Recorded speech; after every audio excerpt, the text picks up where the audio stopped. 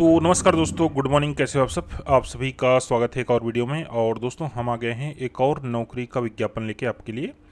और ये है दोस्तों NHM राजनांदगांव में भर्ती निकली हुई है। 1 अप्रैल को ये भर्ती जारी हुई है, जिसमें कि आप 4 अप्रैल से 18 अप्रैल तक फॉर्म सबमिट कर सकते हैं।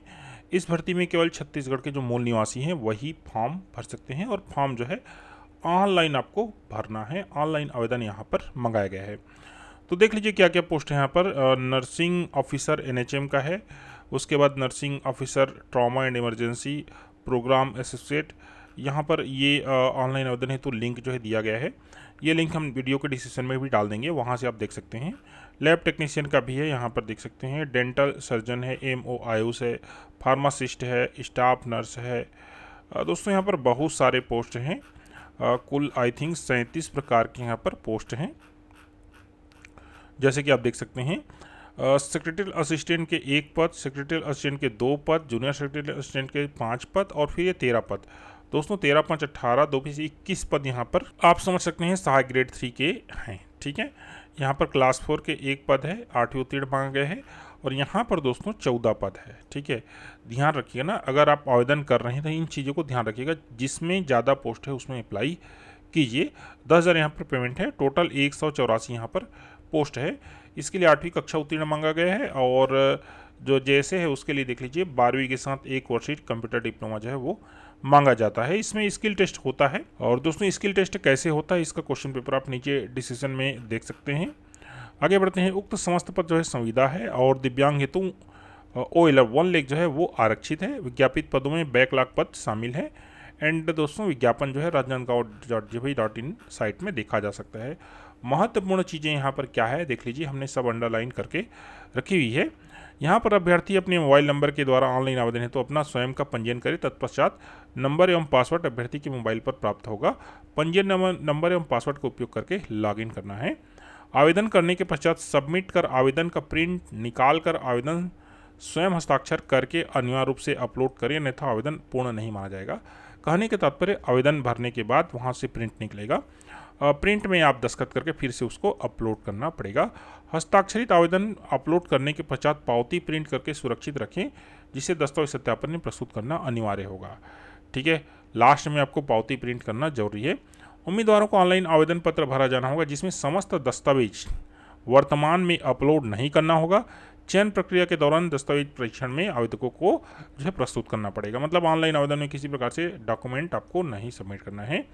ऑनलाइन भरे हुए आवेदनों तथा दस्तावेजों को परीक्षण के समय समानता नहीं पाए जाने पर जो है आवेदक जो है व्यक्तिगत रूप से जिम्मेदार होगा।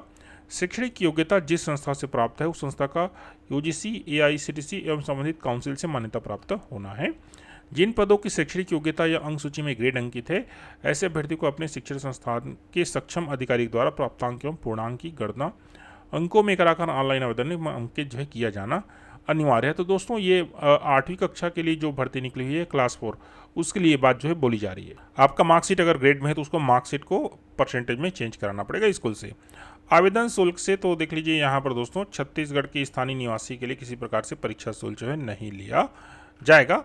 आयु सीमा की बात करें तो 18 से 70 वर्ष यहाँ पर होता है। 1 जनवरी 2025 से यहाँ पर आयु जो है कैलकुलेट की जाएगी। भर्ती प्रक्रिया प्राप्त आवेदन पत्रों में संलग्न दस्तावेजों की स्क्रूटनी उपरांत दावा आपत्ति हेतु पात्र अभ्यर्थियों की सूची जो है यहाँ पर जारी की जाएगी। अभ्यर्थी द्वारा आवेदन पत्र भरते समय जिन दस्तावेज का उल्लेख किया गया है केवल उन्हीं दस्तावेजों के संबंध में दावा आपत्ति मान्य होगा। ठीक है, एंड दावा आपत्ति हेतु अभ्यर्थियों को पंजीकृत डाक स्पीड पोस्ट के माध्यम से अथवा स्वयं उपस्थित होकर निर्धारित प्रारूप में जो है आपको ये देख लीजिए इस पते पर कार्यालयीन समय 10 से 5 बजे तक जमा करने होंगे। ठीक है, उक्त भर्ती प्रक्रिया में आवेदकों की योग्यता के आधार पर पात्र करने का अधिकार कलेक्टर सह अध्यक्ष जिला स्वास्थ्य समिति एवं जिला स्तरीय चयन समिति को होगा कहना चाहिए। निर्धारित समय सीमा में प्राप्त आवेदन में से रिक्तियों के आधार पर निम्न तालिका में दिए अनुसार अभ्यर्थियों को दस्तावेज सत्यापन, परीक्षा, साक्षात्कार आदि चीज़ों के लिए बुलाया जाएगा।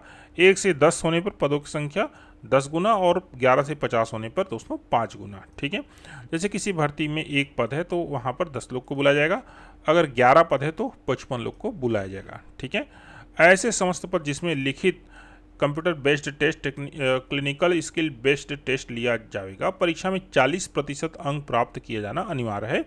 अगर उससे कम मिलता है तो सीधा से आपको बाहर कर दी जाएगा। परीक्षा हेतु पात्र अभ्यर्थियों को कंप्यूटर बेस्ड टेस्ट के समय आवेदन के साथ संलग्न किए गए मूल दस्तावेज के साथ उपस्थित होना अनिवार्य होगा। कहने का तात्पर्य जो स्किल टेस्ट के समय आपको अपना समस्त डॉक्यूमेंट है वो रेडी रखना होगा। लिखित परीक्षा, कौशल परीक्षा, साक्षात्कार के समय निम्न दस्तावेजों की मूल प्रति एवं एक स्वप्रमाणित प्रति के साथ अभ्यर्थी को उपस्थित होना अनिवार्य है। देख लीजिए ये सारे डॉक्यूमेंट बढ़िया से यहाँ पर दे दिया गया है। ठीक है, अब यहाँ पर दोस्तों सब लोग क्वेश्चन पूछेंगे। ये वाला चीज तो आप लोग के समझ में आ रहा होगा, कहना चाहिए, ठीक है ना। अब ये क्या चीज है? आवश्यक दस्तावेज। आवेदक आवेदन पत्र के साथ निम्नलिखित अभिलेखों की स्वप्रमाणित छाया प्रति अनिवार्यतः संलग्न करें। जन्म संबंधी प्रमाण पत्र, जन्म तिथि के प्रमाण पत्र, 10वीं की अंकसूची, निर्धारित न्यूनतम शैक्षणिक योग्यता अनुसार सभी वर्षों की अंकसूची, सक्षम अधिकारी द्वारा जाति प्रमाण पत्र एंड मूल निवास प्रमाण पत्र, रोजगार पंजीयन, छत्तीसगढ़ काउंसिल पंजीयन का जीवित प्रमाण पत्र, यदि दिव्यांग है तो दिव्यांगता प्रमाण पत्र। लेकिन प्रश्न ये है कि इस आवश्यक दस्तावेज किसके लिए है? यहाँ पर क्या लिखा है? आवेदक आवेदन पत्र के साथ निम्नलिखित अभिलेखों की स्वप्रमाणित छाया प्रति अनिवार्यतः संलग्न करें।